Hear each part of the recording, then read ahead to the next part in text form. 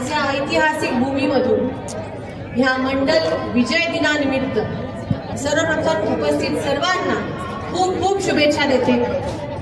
आपल्या सगळ्या महापुरुषांच्या त्यांच्या विचारांना त्यांच्या कामांना अभिवादन करून आपल्यापुढे दोन शब्द मांडत आहे।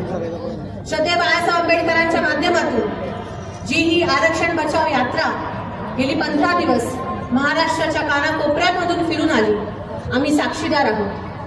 मुंबईला चैत्यभूमीला जेव्हा सुरुवात झाली, धो धो पाऊस पडत होता, पण बाळासाहेब आंबेडकर थांबले नाही। आरक्षण देणाराही आंबेडकर होता आणि वाचवणाराही आंबेडकर आहे, हे आपण सगळ्यांनी लक्षात ठेवा। आणि जे इथे नाही आहेत त्यांनी हे त्यांच्या मनात करून घ्या की जर वाचायचं असेल तर संविधान बाजूने उभं राहावं लागणार आहे, आंबेडकरांच्या बाजूने उभं राहावं लागणार आहे। काय चाललंय महाराष्ट्रात? जाती जातींमध्ये वाट पेटवून देतात आणि शांत बसतात, जसं काय आम्ही काय केलं नाही बाबा, आम्ही काहीच केलं नाही, आम्ही चूप। तुमची भूमिका मांडायला जेव्हा सरकार बोलवतं तेव्हा एकही विरोधी पक्ष तिथे हजर राहत नाही। हजर राहतात फक्त बाळासाहेब आंबेडकर आणि वंचित बहुजन आघाडीची जी बाजू आहे स्पष्टपणे मांडतात ना। कोणाला घाबरतात, हम किसी से डरता नहीं है साला, हम नहीं डरते। जी स्पष्ट भूमिका आहे की आरक्षणाचं ताट हे मराठा समाजाचं वेगळं हवं आणि ओबीसीचं वेगळं आहे, जे आधीपासून बाळासाहेब मांडत आलेले आहेत, तीच भूमिका त्यांनी तिथे मांडली। त्या बैठकीला सगळ्या विरोधी पक्षांनी दांडी मारली।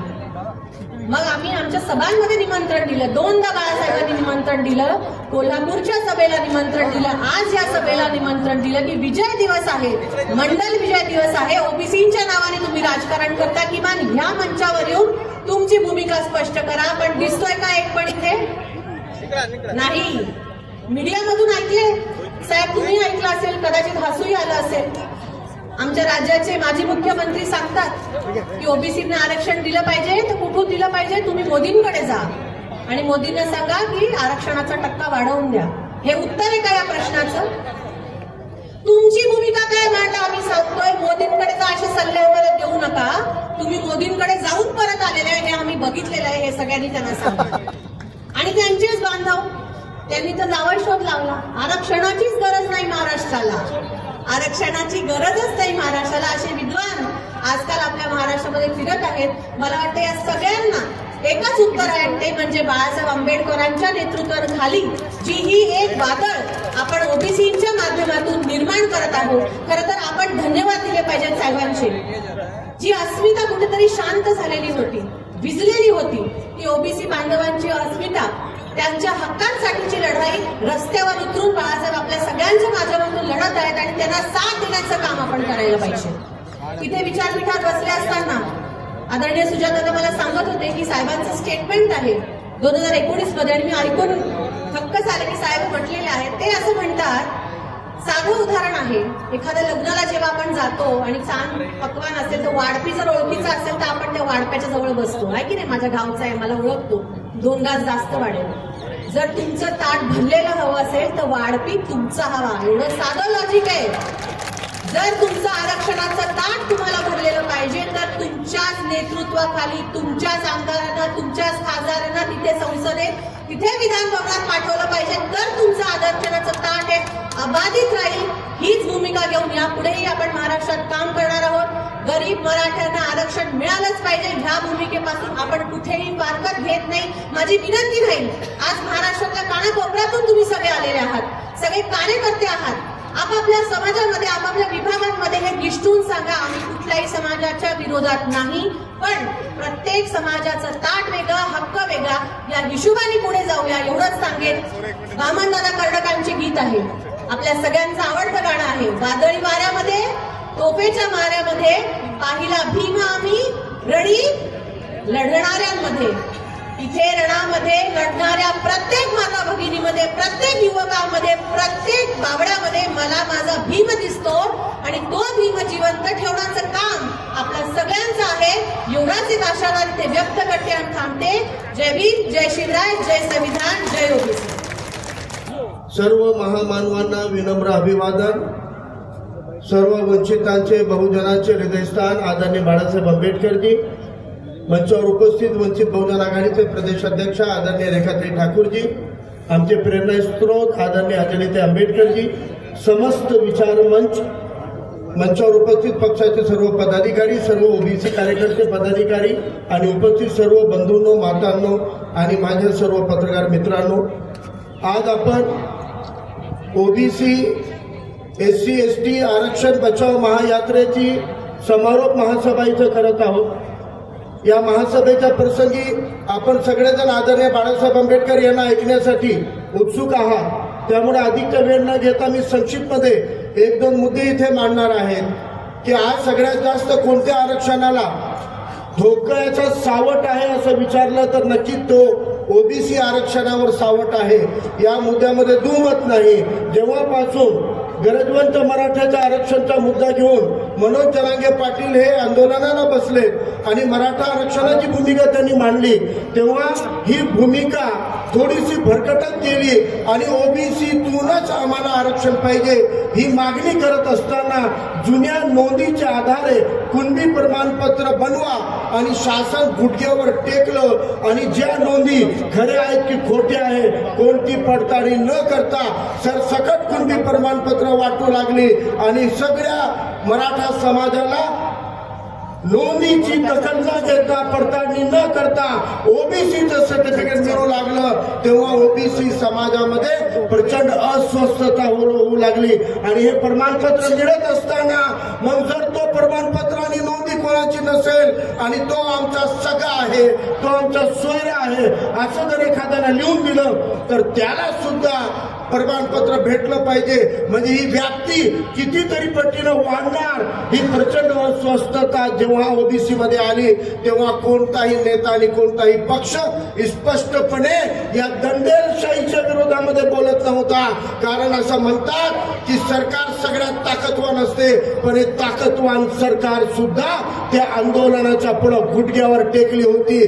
त्यावेळी ओबीसीच्या मनातलं ओबीसीच्या आरक्षणाला साबूत ठेवणारा सगळ्यात मोठी मागणी होती त्या कुणबीच्या प्रमाणपत्र जे 55 लाख प्रमाणपत्र वाटप झाले ते सगळे रद्द करा आणि सगळे सोयरेचा अध्यादेश रद्द करा।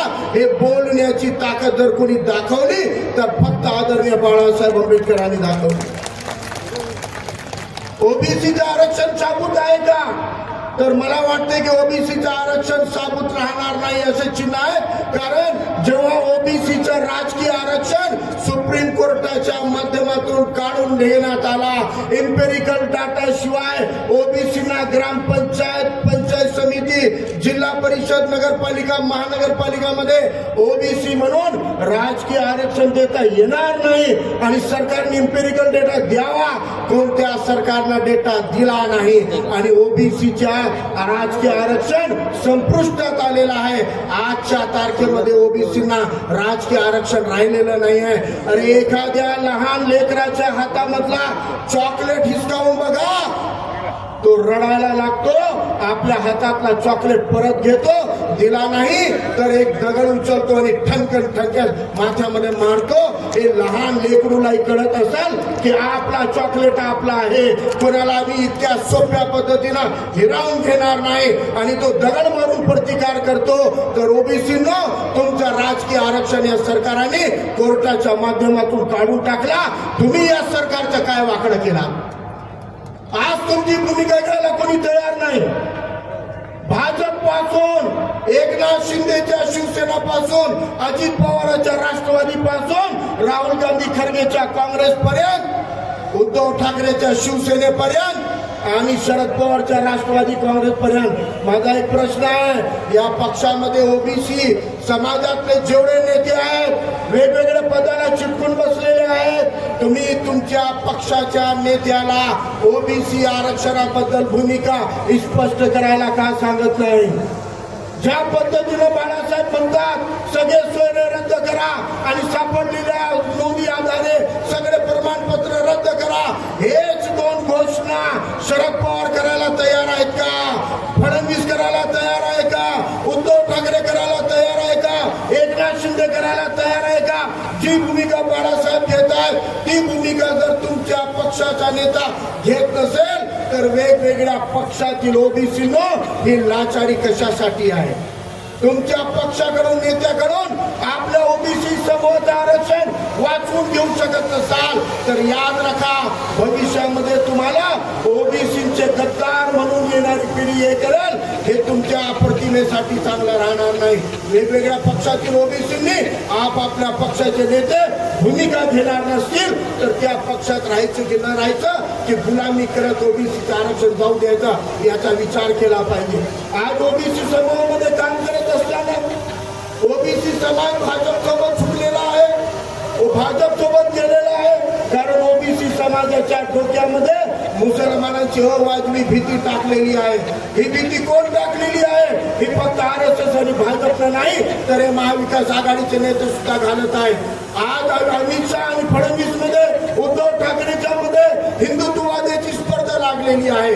अमित कडवे हिंदुत्ववादी म्हणण्यासाठी फडणवीस आणि अमित शहा औरंगजेब आणि अफजल खान म्हणून उद्धव ठाकरेला संबोधित करतात आणि उद्धव ठाकरे अहमद शाह अब्दालीच्या नावानं, शाहिस्ता खानच्या नावानं संबोधित करतात. अरे तुम्हाला जर विलन दाखवायचे आहे तर काय एकट्या मुसलमानामध्ये विलन शोधताय का? जर तुम्हाला विलन आठवत नसेल तर आम्हाला जयचंदचा इतिहास उकरून काढावा लागेल, नथुराम गोडसेचा इतिहास उकरून काढावा लागेल, मार्तंड वर्मा ज्यांनी इस्लामाचा कर लावलं त्याचा इतिहास उकरून काढावा लागेल, 8000 जैन मुलींची कत्तली करणाऱ्या सुंदर पांड्याचा इतिहास आम्हाला काढावा लागेल, राजा शशांकचा इतिहास काढावा लागेल. असे तुम्हाला 100हून जास्त इतिहासामध्ये हिंदू राहिलेले विलन दाखवतो. अरे तुमच्या सत्ता त्या राजा महाराजाच्या हिरावून घेणारा कोणता मुसलमान दलित होता? ते तुमच्यातला जयचंद होता. स्वतःच्या मध्ये गद्दारीचा ठप्पा जयचंद असताना तुम्हाला मुसलमानांच्या नावाची गरज का पडते? म्हणून या दोघांनाही महायुती असो की महाविकास आघाडी असो, याद राखा या देशामध्ये राहणारा 25-30 कोटी मुसलमान बाबासाहेबांच्या संविधानाला सन्मानानं जगणारा मुसलमान आहे. जर तुम्ही समस्त मुसलमानांना विलन ठरवणार असाल तर आमची विलनगिरी तुम्हाला आम्ही ठोकल्याशिवाय राहणार नाही हे तुम्हाला सांगू इच्छितो. प्रस्तावनेमध्ये माझ्या सोबतीनं सांगितलं गरजवंत मराठ्याचं आंदोलन आहे, आमचा पाठिंबा आहे. गरीब मराठ्याला सत्तेत आणायचं आमचा पाठिंबा आहे. पण खरंच जरांगे पाटील तुमचं आंदोलन गरीब मराठ्याचं असतं तर हिंगोली लोकसभेमध्ये आमदारकी भोगलेल्या आष्टीकरला खासदार न करता त्या बापूराव कदमला खासदार केल्या असत्या. जर तिथं महायुतीची अडचण होती तर या औरंगाबाद जिल्ह्यामध्ये आरक्षणाच्या मुद्द्यावर भेटलेल्या आमदारकीला लाथ मारलेल्या हर्षवर्धन जाधवला पाठिंबा न देता तुम्ही इथून भुमरेला जिंकून आणलात आणि ते महायुतीच्या भुमरेला आणलात. आमच्या मानगुटीवर पुन्हा या श्रीमंत मराठी तुम्ही बसवणार असाल तर आम्ही असं होऊ देणार नाही. समस्त ओबीसी, SC, ST, मायनॉरिटी, मुसलमान एकजुटीनं आपलं नेतृत्व आपलं निवडून आणा. काल बाबासाहेब आंबेडकर होते म्हणून संविधानानं सन्मानानं जगण्याचा अधिकार भेटला. आज बाळासाहेब आंबेडकर आहे म्हणून दंगलमुक्त महाराष्ट्र आणि भारतामध्ये राहतात. याद राखा, आज बाळासाहेब लढत आहेत, उद्या तुमच्यासाठी लढणारा कोण राहणार आहे? त्यासाठी बाळासाहेब म्हणतात 100 ओबीसीचे आमदार निवडून आले पाहिजे, 5-25 मुसलमानांचे आमदार आले पाहिजे. हे आल्याशिवाय हे केल्याशिवाय तुम्हाला स्वतःचं नेतृत्व भेटणार नाही. अरे तुम्हाला कोणी तिकीट देत नाही. लोकसभेला बाळासाहेबांना सोबत न घेण्यामागं 15 ओबीसीला लोकसभेच्या जागा, 3 मुसलमानांना जागा द्या म्हणले. हे द्यायची नव्हते म्हणून बाळासाहेबांना सोबत दिलं नाही. तुम्हाला 100 ओबीसीला तिकीट देण्याचं काम कोणता पक्ष आणि नेता करत असेल तर ते फक्त आदरणीय बाळासाहेब आंबेडकर करू शकतात. 5-25 मुसलमानांना उमेदवारी देण्याचं काम महाविकास आघाडी बाप जन्मात करू शकत नाही. हे हिंमत दाखवण्याचं काम काँग्रेसचा पप्पू करणार नाही, संविधानाचा पप्पा करू शकतो. हे मी तर ठणकावून सांगतो आणि थांबतो. जय भीम, जय संविधान, अल्लाह हाफिज. वंचित बहुजन आघाडी आयोजित आरक्षण बचाव यात्रेच्या आजच्या समारोपाच्या सभेचे प्रमुख मार्गदर्शक, या महाराष्ट्रातल्या देशातल्या भटक्या आदिवासी वंचित बहुजनांचं कवच कुंडल, आपल्या सर्वांचे आधारस्तंभ श्रद्धेय बाळासाहेब आंबेडकर, या मंचावर उपस्थित आपल्या नेत्या महाराष्ट्र अध्यक्ष रेखाताई, आपल्या मार्गदर्शक अंजलीताई, आणि ज्यांनी आत्ताच आपल्या हजारो लोकांमध्ये जोश भरण्याचं काम केलं ते आपले युवा नेते सुजात दादा. या मंचावर ज्यांनी आता भूमिका मांडल्या त्या सगळ्या पक्षाचे सन्माननीय सदस्य पदाधिकारी बांधवांनो, आपल्या सर्वांना या जाहीर सभेच्या माध्यमातून महाराष्ट्रातल्या तमाम आरक्षणवाद्यांना बाळासाहेब आंबेडकरांच्या माध्यमातून आपण एक संदेश देण्याचा प्रयत्न करत आहोत. एका बाजूला मराठा आरक्षण आणि ओबीसी आरक्षणाच्या माध्यमातून खास करून या मराठवाड्यामध्ये हजारो लोकांच्या कत्तली होतील, हजारो लोकांचे मुर्दे पडतील अशी परिस्थिती निर्माण केली आहे. जातीच्या प्रतिष्ठेच्या नावाखाली, जातीच्या दादागिरीच्या माध्यमातून या मराठवाड्यात आणि महाराष्ट्रात आरक्षणाच्या नावावर ज्यांनी दादागिरी चालवलेली आहे त्या सर्व लोकांना इशारा देण्यासाठी ते जस्टिस नागेश्वर राव यांच्या अध्यक्षतेखाली 5 मे 2021 मराठा आरक्षण हे असंविधानिक आहे असं सुप्रीम कोर्टानं घोषित केलेलं आहे. मराठा आरक्षणाला संविधानिक आधार नाही. संविधानानं आणि सुप्रीम कोर्टाच्या 5 जजांनी ते अघोषित करून टाकलं. हे संविधानामध्ये बसत नाही. त्याला 3 वर्ष झालं. 3 वर्ष सगळे नेते झोपले होते. हे कुठून अचानक जागे झाले काय कळत नाही. मराठा समाजाचं आरक्षण असंविधानिक घोषित झालं. मी आज आपल्या सगळ्यांच्या माध्यमातून आपल्याला विनंती करतोय, वंचित बहुजन आघाडी महाराष्ट्रातल्या त्या तमाम लोकांना आमचा प्रश्न आहे. महाराष्ट्राचे पहिले मुख्यमंत्री यशवंतराव चव्हाण मराठा, महाराष्ट्राचे आजचे मुख्यमंत्री एकनाथ शिंदे मराठा, या महाराष्ट्रात 4दा मुख्यमंत्री झालेले 11 वर्ष ज्यांनी महाराष्ट्रावर राज्य केलं ते शरद पवार मराठा. जेव्हा तुमची सरकार होती तुम्ही मराठ्यांना ओबीसी मधून आरक्षण का दिलं नाही? महाराष्ट्रातले आज 28 खासदार मराठा, 125 पेक्षा जास्त आमदार मराठा. सरकार तुमचं, मंत्री तुमचे, मुख्यमंत्री तुमचे, आणि निवडणुकीच्या काळात घोषणा काय दिल्या? छत्रपती का आशीर्वाद, चलो नरेंद्र मोदी के साथ. अरे तुम्ही मोदींना सत्तेत बसवता, तुम्ही महाराष्ट्रामध्ये राज्य केलंय आणि आमचं आरक्षण अडवलं कुणी? तर म्हणतात ओबीसीनं अडवलं. तुमचं आरक्षण ओबीसीनं अडवलं? या महाराष्ट्रावर ज्या मराठ्यांनी राज्य केलं त्या मराठ्यांना जा विचारण्याची तुमची ताकद नाही. ही ताकद बाळासाहेब आंबेडकरांची आहे, तुमची नाही. नारायण राणे सारखा मंत्री मराठ्यांना कमरेच्या खालच्या शिव्या देतो, त्या नारायण राणेला चिंदी चोर म्हणायची ताकद बाळासाहेब आंबेडकरांची आहे, जरांगे पाटलांची नाही.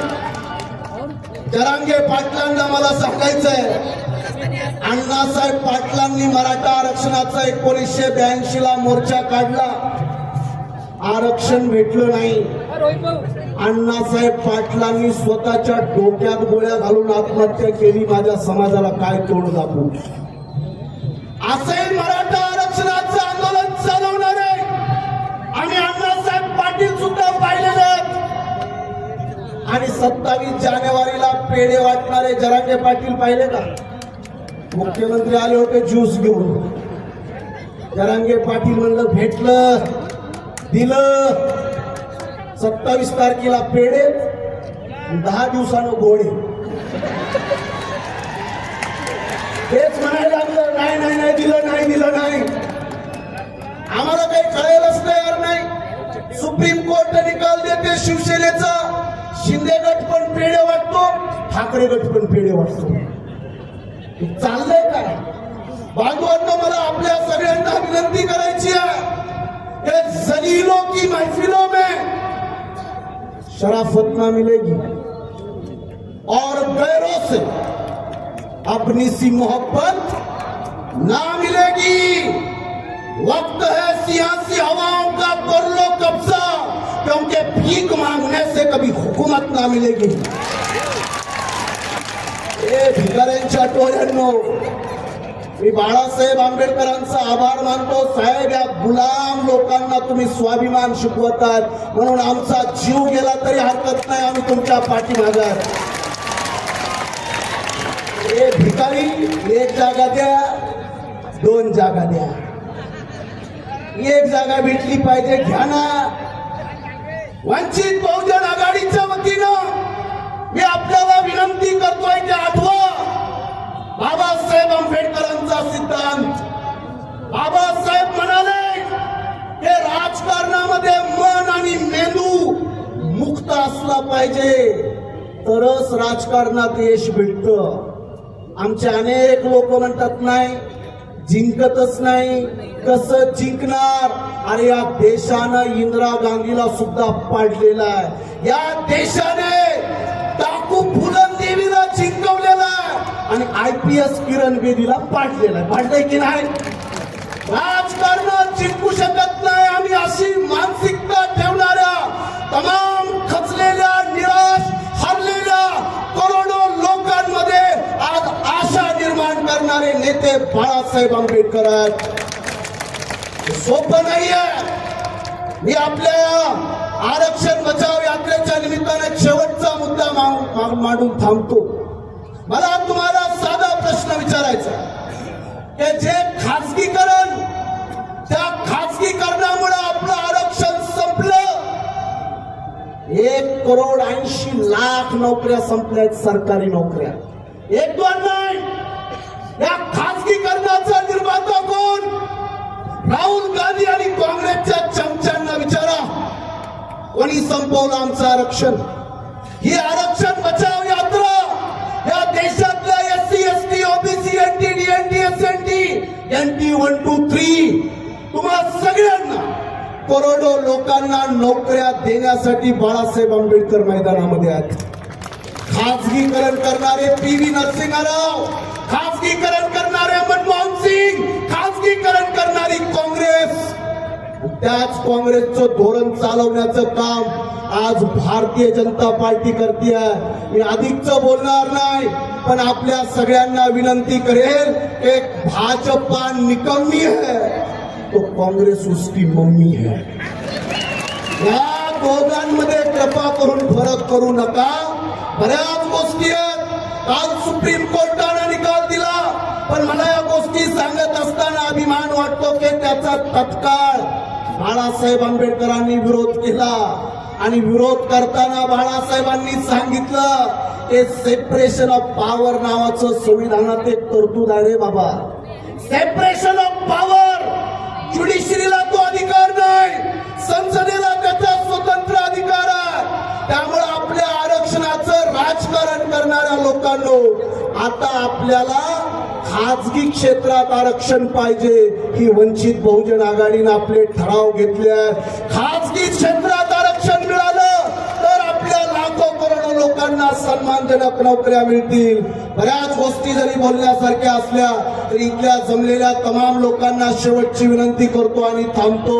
एक शायर म्हणतो की हिम्मत ना हार, अभी उम्मीदों की आस बाकी है।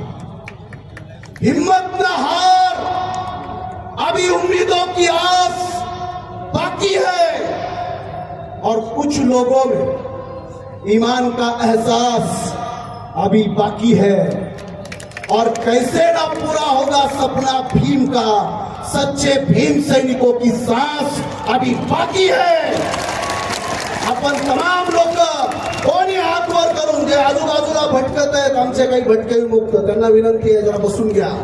हे आपल्या सगळ्यांना माझी दोन्ही हात वर करून विनंती आहे, या युद्धामध्ये आम्ही बाळासाहेबांच्या सोबत असल्याचं हात वर करून सांगा। बाळासाहेब आंबेडकर संघर्ष करो,